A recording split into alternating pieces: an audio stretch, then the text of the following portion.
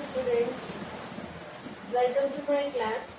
Last video में हमने animal tissue के दो टिश्यू स्टडी कर लिए थे।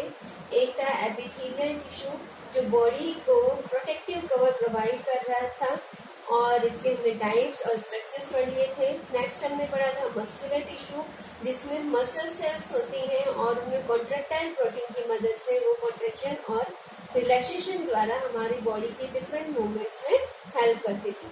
थर्ड टाइप का जो एनिमल टिश्यू है वो है कनेक्टिव टिश्यू। अब जैसे नाम से सजेस्ट हो रहा है, ऐसे टिश्यू जो हमारे बॉडी के डिफरेंट पार्ट्स को कनेक्ट करने का काम करते हैं उन्हें हम कहते हैं कनेक्टिव टिश्यू। मान लीजिए हैंड है और हैंड से मुझे कुछ राइटिंग वर्क करना है, तो अब मेरा दिमाग कैसे मेरे हैंड तक ये मैसेज पहुंच जाएगा bye means of certain nerves and muscles, और कैसे मेरा हाथ मूव करेगा। अब हाथ जब मूव करेगा तो इसमें कुछ बोन्स प्रेजेंट होंगी जो इसको मूवमेंट में हेल्प करे। बोन्स जो है वो अकेले तो मूव कर नहीं सकते, उनको भी मूव कराने के लिए हमें मसल्स की जरूरत पड़ती है। तो यहाँ पर बोन्स, मसल्स, ब्लड ये सब एक दूसरे से कनेक्टेड होते हैं और इसी तरह जो टिश्यू फॉर्म हो रहा है उसे हम क्या कह रहे हैं, कनेक्टिव टिश्यू। तो कनेक्टिव टिश्यू को हम पढ़ेंगे on the basis of their matrix. हमने इनको कैटेगराइज किया है on the basis of their matrix. सबसे पहले हमने देखा था लूज मैट्रिक्स वाले कनेक्टिव टिश्यू। ऐसा मैट्रिक्स हम किसे कह रहे हैं? मैट्रिक्स को समझने के लिए बहुत अच्छा सिंपल एग्जांपल है। आप बिल्डिंग के कंस्ट्रक्शन को समझिए। जब कोई बिल्डिंग कंस्ट्रक्ट होती है तो हम ब्रिक्स को अरेंज करते हैं। अब ब्रिक्स को एक के ऊपर एक अरेंज करके रख दिया जाए तो क्या वो बिल्डिंग स्टेबल होती है? क्या वो स्टेबल होगी? नहीं। तो इसका मतलब उसमें कुछ एडेसिव लगाना पड़ेगा बीच में जिससे वो ब्रिक एक दूसरे के साथ कनेक्ट कर जाए और एक प्रॉपर शेप को मेंटेन करके रख सके। और यहाँ पे कनेक्शन का काम कौन करता है? ब्रिक्स को कौन कनेक्ट करके रख सकता है? यस, सीमेंट करता है। ठीक है, तो सीमेंट उस ब्रिक के लिए कनेक्शन का काम कर रहा है, कनेक्टिव टिश्यू लाइक। ठीक है, तो ऐसे ही हमारी बॉडी में जो डिफरेंट सेल्स हैं वो भी एक दूसरे से कनेक्टेड है। अब मान लीजिए हम पर्टिकुलर काइंड ऑफ टिश्यू की बात कर रहे हैं तो उसमें particular kind of cell present होता है और सेल को बाइंड करके रखता है उसका मैट्रिक्स। ठीक है, तो अभी हम बात कर रहे हैं लूज मैट्रिक्स वाले कनेक्टिव टिश्यू की जिसमें एरियोलर और एडिपोज टिश्यू आते हैं। इनका जो सेल्स होते हैं वो एक जेली लाइक सब्सटेंस में एम्बेडेड होते हैं। ये जो जेली लाइक सब्सटेंस होता है ये मैट्रिक्स कहला रहा है जिसमें ये सेल्स एम्बेडेड होते हैं। ठीक है, तो हम कनेक्टिव टिश्यू को पढ़ेंगे on the basis of their matrix. तो फर्स्ट हम आज कर रहे हैं loose connective tissue. Loose connective tissue में वो कनेक्टिव टिश्यू आएंगे जैसे कि एरियोलर है या एडिपोज है और उनका जो मैट्रिक्स है वो लूज है। उनमें जो सेल्स है वो लूजली पैक्ड है, दूर दूर पैक्ड है। ठीक है, और फिर हम पढ़ेंगे हार्ड कनेक्टिव टिश्यू जिसमें फ्लूइड नहीं है, जेल लाइक सब्सटेंस नहीं है और उनका जो मैट्रिक्स है वो हार्ड डिपोजिशन से बना हुआ है। तो वो हम इसके बाद पढ़ेंगे। फिर हम फ्लूइड मैट्रिक्स वाले के ऊपर जाएंगे और फ्लूइड मैट्रिक्स वाले कनेक्टिव टिश्यू को पढ़ेंगे। तो हम शुरुआत करते हैं लूज कनेक्टिव टिश्यू से। तो हमारा फर्स्ट लूज कनेक्टिव टिश्यू में है एरियोलर टिश्यू। ठीक है, एरियोलर टिश्यू का स्ट्रक्चर कैसा होता है तो एक डायग्राम आपको मैं बता रही हूँ। यहाँ पे देखिए, मान लीजिए मैट्रिक्स है, इसमें कुछ फाइबर्स होते हैं और फाइबर्स को जनरेट करने के लिए कुछ सेल्स होते हैं। इन सेल्स को बोलते हैं फिब्रोब्लास्ट।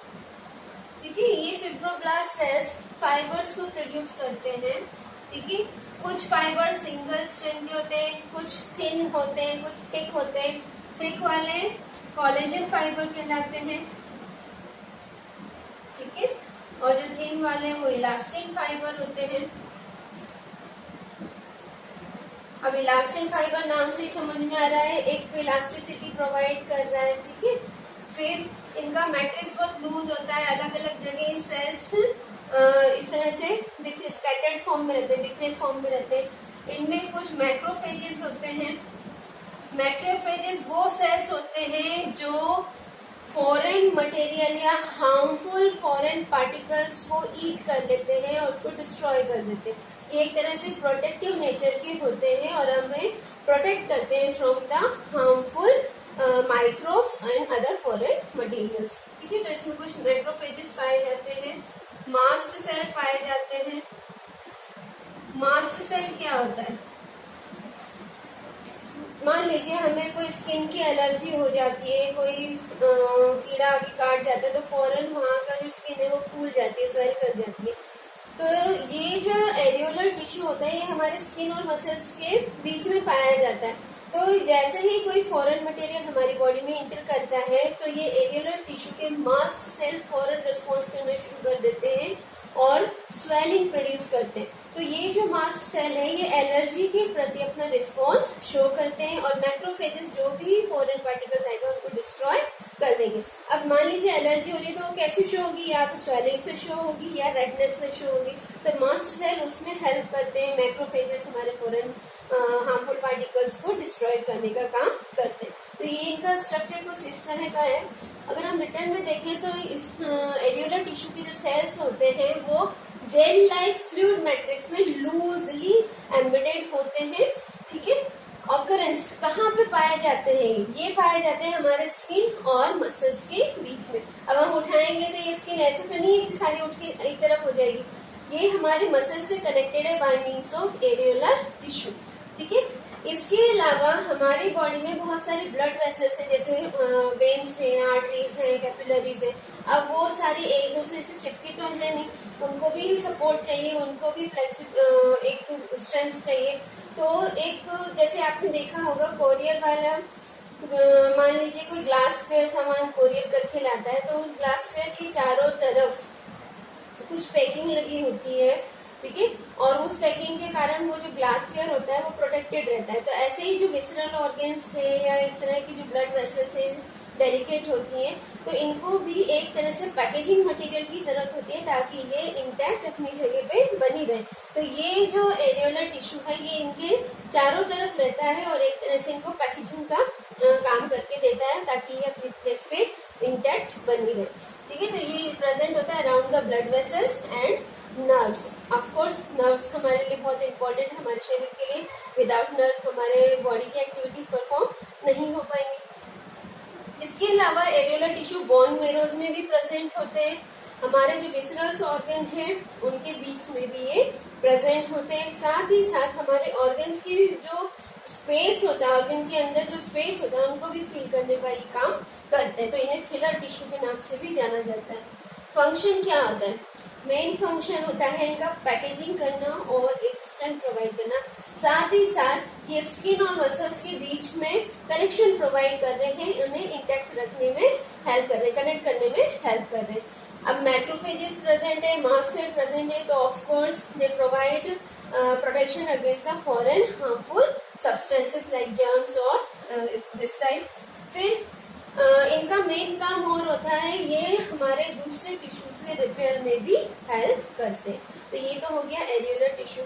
नेक्स्ट जो टिश्यू है लूज मैट्रिक्स वाला वो है एडिपोज टिश्यू। एडिपोज टिश्यू क्या होते हैं? सबसे पहले तो हम देख लेते हैं इनका स्ट्रक्चर। अगेन लूज जो सेल्स है वो लूजली एम्बेडेड है इससे मैट्रिक्स में। ठीक है, इनके जो सेल्स होते हैं इसको हम बोलते हैं एडिपोसाइट सेल्स। और इन एडिपोसाइट सेल्स में फैट ग्लोब्यूल्स होते हैं जहां पर फैट जाके स्टोर होता है। तो इन्हें हम कॉमनली फैट सेल्स के नाम से भी जानते हैं।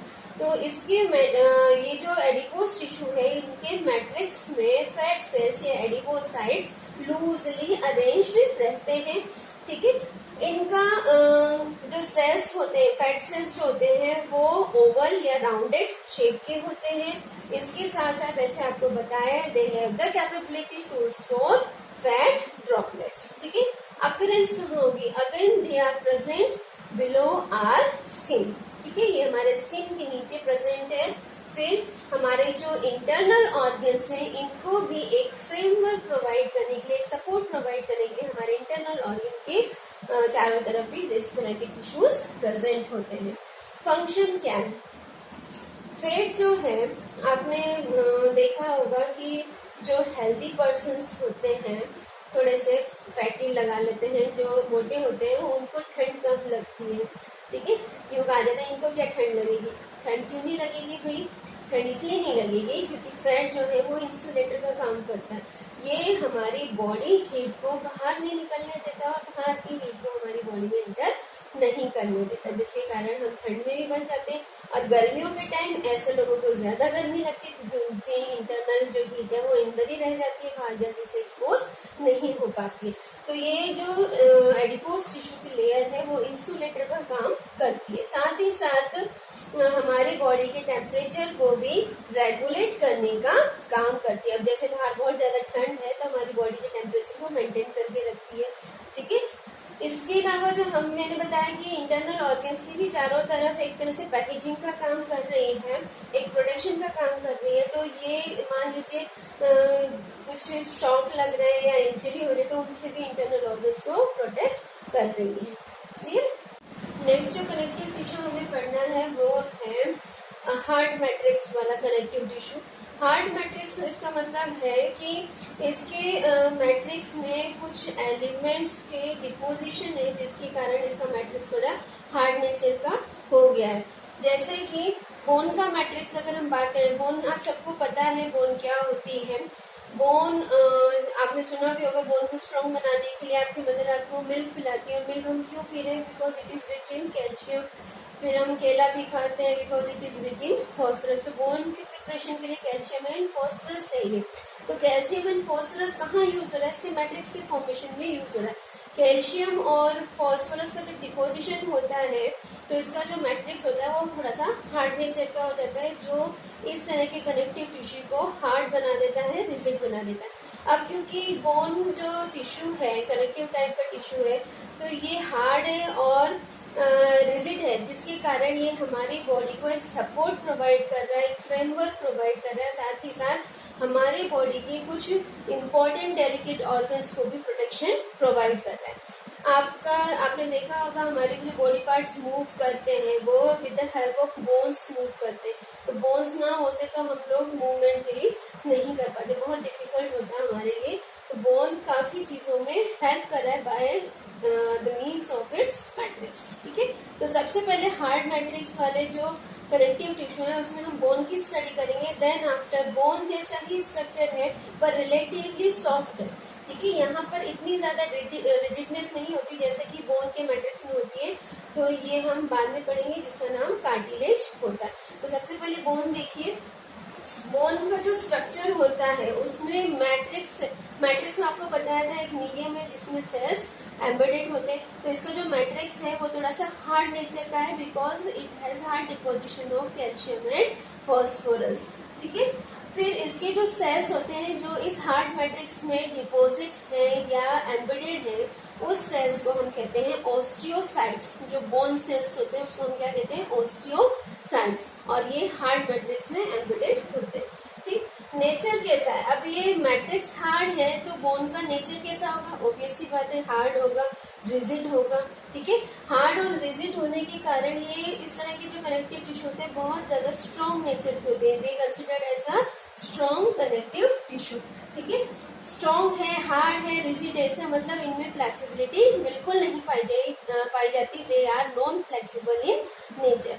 अगर हम इनके फंक्शन की बात करें तो फंक्शन में आप बता सकते हैं it provides framework to body, it protects delicate organs like lungs, brains, है ना। सॉरी ब्रेन तो नहीं बोलेंगे, ब्रेन होता है और ब्रेन के ऊपर हमारा ये हेड का बोन होती है जिसे हम स्कल कहते हैं। तो बोन हमारे ब्रेन को प्रोटेक्ट कर रहा है, हमारे जो रिब केज है वो हमारे लंग्स को प्रोटेक्ट कर रहे हैं, हमारे हार्ट को प्रोटेक्ट कर रहे हैं, ठीक है। तो ऐसे ही जो बोन है वो हमारे डेलिकेट ऑर्गन्स को प्रोटेक्ट करते हैं। और क्या करते हैं भाई? और ये हमें एक तरह से मूवमेंट में हेल्प कर रहे हैं, हमारे लोकोमोशन में हेल्प कर रहे हैं, ठीक। अगर हम इसका स्ट्रक्चर देखें तो ये कुछ इस तरह का दिखाई देगा आपको।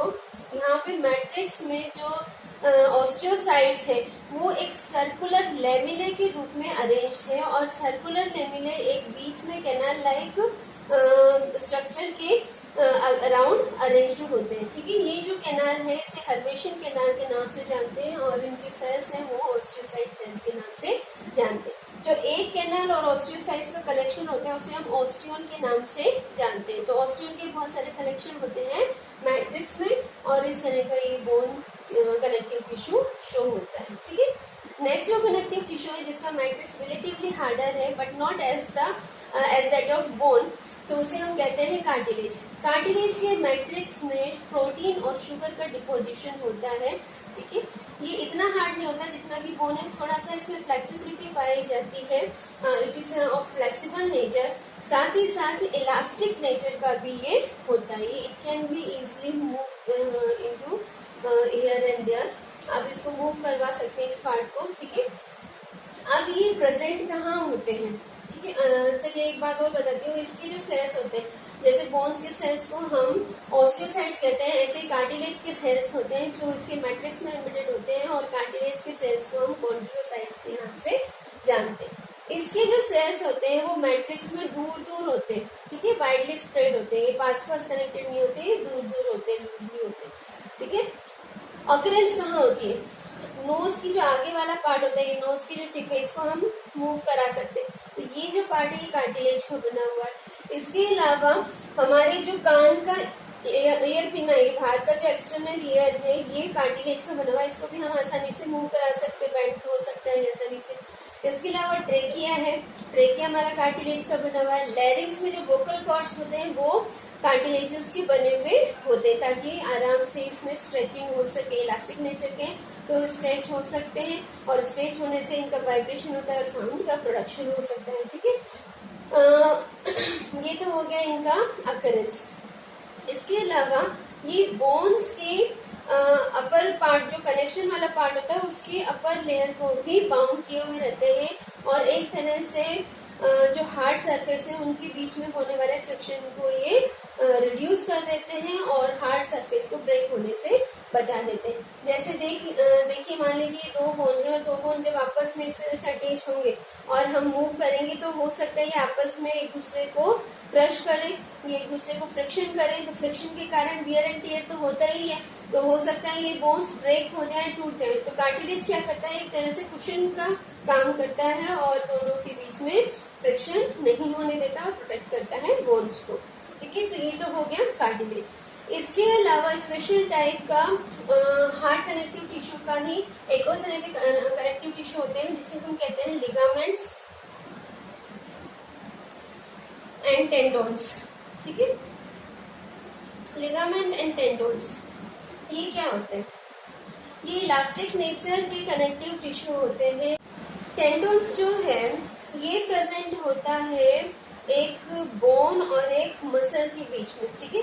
अब हमारी जो बोन है ये हमारे मसल्स के कारण ही मूव कर पा रही है। हमारी मसल्स जब कॉन्ट्रैक्ट होंगे तो बोन्स को भी अपनी तरफ पुल करेंगे, रिलैक्स होंगे तो बोन को लूजली छोड़ देंगे तो बोन दूसरी तरफ मूव करेगा।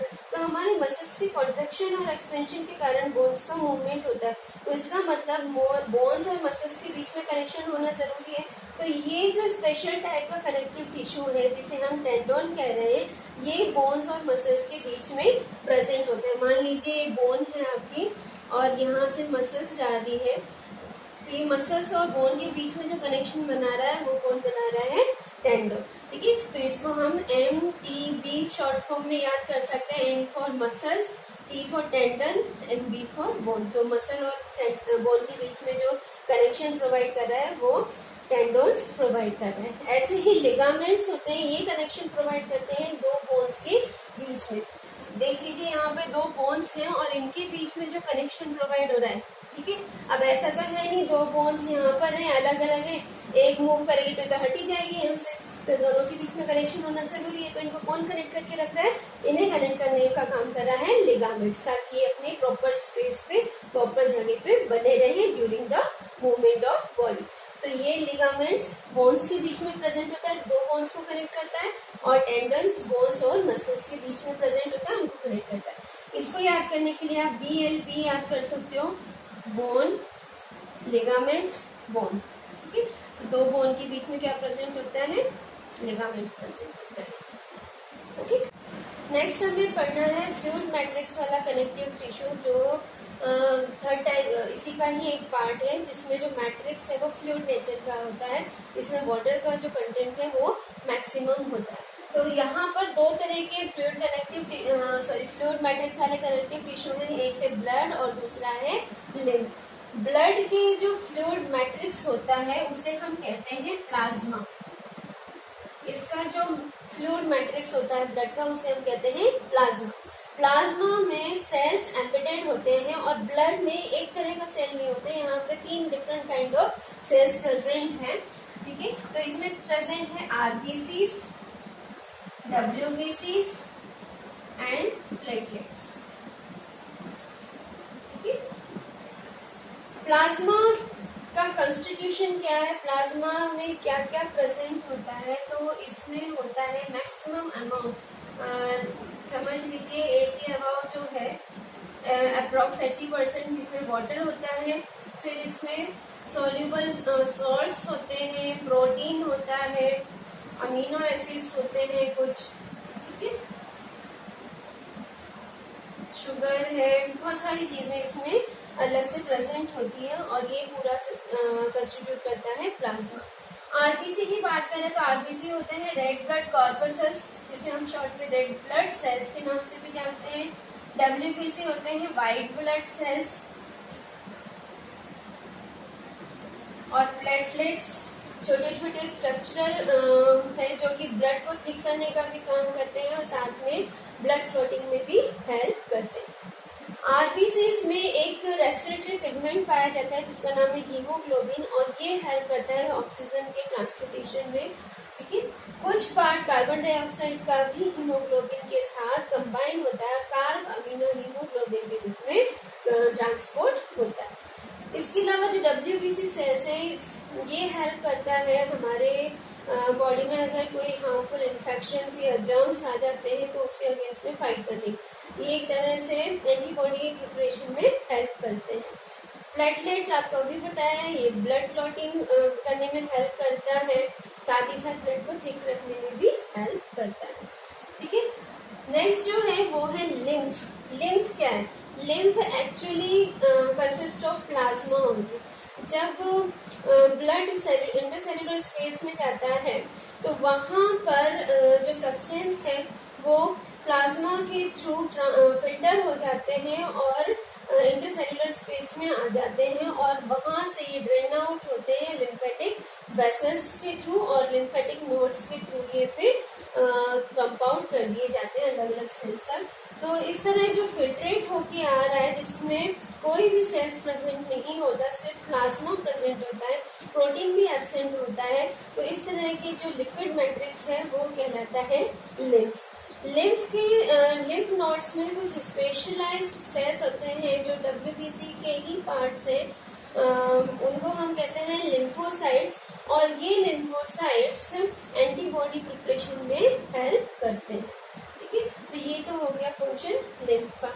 यहाँ पे कनेक्टिव टिश्यू कंप्लीट हो गया है। हमने loose connective tissue, loose matrix वाले कनेक्टिव टिश्यू देख लिए जिसमें एरियोलर टिश्यू और एडिपोस टिश्यू पढ़ा। हमने हार्ड मैट्रिक्स वाले कनेक्टिव टिश्यू पढ़ लिए जिसमें बोन एंड कार्टिलेज के बारे में पढ़ा, और कुछ स्पेशल जो कनेक्टिव टिश्यू है जो इसके साथ अटैचमेंट का काम कर रहे हैं वो है लिगामेंट्स एंड टेंडन्स, उसे भी हमने पढ़ा। फिर हमने पढ़ा है फ्लूइड मैट्रिक्स वाले कनेक्टिव टिश्यू को जिसमें ब्लड एंड लिम्फ कंप्राइज है। अब लास्ट जो एनिमल टिश्यू है वो है नर्वस टिश्यू, ठीक है। Nervous tissue mainly consist of, nervous tissue बना हुआ है नर्व सेल से, ठीक है। Nervous tissue is formed by nerve cell, और नर्व सेल को हम कॉमनली नाम से जानते हैं न्यूरॉन। नर्व सेल को हम क्या कहते हैं, न्यूरॉन कहते हैं, ठीक है।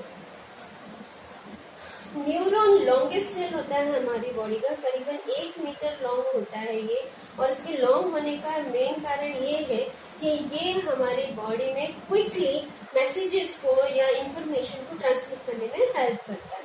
ये लॉन्ग है इसलिए इनका जो मैसेज ट्रांसमिशन टाइम है वो बहुत कम होता है, फटाफट ये मैसेज और इन्फॉर्मेशन को हमारे बॉडी के किसी भी पार्ट तक आसानी से ट्रांसमिट कर सकता है, ठीक है। इसके थ्रू जो मैसेजेस ट्रांसमिट होते हैं वो इम्पल्स के फॉर्म में होते हैं, ठीक है। तो हम यूँ कह सकते हैं एक transmit information in the form of impulses. अब हम इसका स्ट्रक्चर देख लेते हैं। नर्व सेल का स्ट्रक्चर कुछ इस तरह से दिखाई देता है। आगे की ओर एक स्टार शेप हेड है जो कि एक लॉन्ग टेल लाइक स्ट्रक्चर से कनेक्टेड है, और वो long tail like structure and में जाके अगेन ब्रांचिंग में कन्वर्ट हो जाता है। ठीक है, यहाँ ये जो मेन हेड लाइक लग रहा है आपको स्टार लाइक स्ट्रक्चर, ये इसको बोलते हैं हम सेल बॉडी। ठीक है, ये सेल की बॉडी है मेन, और इसमें दो एक्सटेंशन है। एक एक्सटेंशन आप देख रहे होंगे, यहाँ छोटे छोटे एक्सटेंशन है आगे की ओर, एक लॉन्ग एक्सटेंशन है पीछे की ओर। तो आगे के जो एक्सटेंशंस होते हैं इनको हम कहते हैं डेंड्राइट्स, और एक जो लॉन्ग एक्सटेंशन होता है उसको हम कहते हैं एक्सोन। ठीक है, सेल बॉडी को हम साइटोन के नाम से भी जानते हैं, it is also known as cyton. इस साइटोन में न्यूक्लियस प्रेजेंट होता है, माइटोकॉन्ड्रिया प्रेजेंट होता है, इसके साथ साथ कुछ स्पेशल स्ट्रक्चर्स प्रेजेंट होते हैं जैसे कि नेसल ग्रेन्यूल्स, ये मैसेज ट्रांसमिशन में बहुत हेल्प करते हैं। कुछ फाइबर्स होते हैं यहाँ पर। ठीक है, तो ये सब स्ट्रक्चर प्रेजेंट होता है साइटोन में। अगेन न्यूक्लियस है तो all the activity of साइटोन is controlled by nucleus. ये जो प्रोजेक्शन है आगे की तरफ एक्सटेंशन है, इनको कहते हैं डेंड्राइट्स, और पीछे की और ये जो प्रोजेक्शन है ये कहलाता है एक्सोन। ये एक्सोन प्रोटेक्टेड है by means of sheet like layer on both around itself, and this sheet like structure is known as myelin sheet. It is made up of myelin protein and it is known as myelin sheet. Okay, myelin sheet यहाँ पर develop किया जाता है myelin cell से, जो कि इसी के अंदर यहाँ पर प्रेजेंट होते हैं। ठीक है, एक्सोन का जो लास्ट एंड है, जब ये दूसरे न्यूरॉन के साथ कनेक्शन बनाता है उससे पहले, या ये किसी नर्व्स के मसल्स के साथ कनेक्शन बनाता है तो उससे पहले इसकी ब्रांचिंग होती है, और ब्रांचिंग एंड होती है एक एक्सपेंडेड स्ट्रक्चर में, जिसे हम एक्सोन एंडिंग या एक्सोन के नोब्स के नाम से भी जानते हैं। तो ये एक्सोन एंडिंग है जिसे हम नोब्स भी बोलते हैं।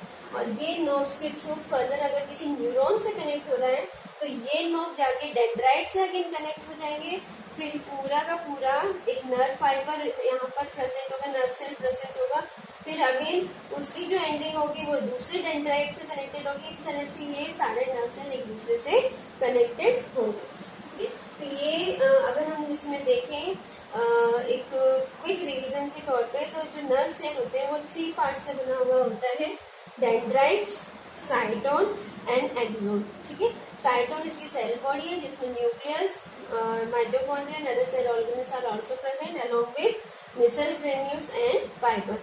आगे की और जो ब्रांचेस हैं वो डेंड्राइट्स कहलाते हैं, जो मैसेज को या सिग्नल को, इम्पल्स को रिसीव करने का काम करते हैं, और एक्सोन के थ्रू ये सारा nerve impulses as electrical signal transmit होता है to the last end where it again carried out by another nerve cell. तो इस तरह का इनका स्ट्रक्चर होता है। कहाँ पाए जाते हैं? ये ऑल ओवर द बॉडी हमारे पाए जाते हैं। ब्रेन्स में इनका बढ़िया कलेक्शन प्रेजेंट है। ठीक है, क्योंकि ये हेल्प कर रहे हैं मैसेज के ट्रांसमिशन में, तो हमारी पूरी बॉडी में ये पाए जाते हैं। यहाँ पर हमारे एनिमल टिश्यू का जो टॉपिक है वो कंप्लीट होता है। इसके बाद हम इसके नोट्स देखेंगे। Thank you.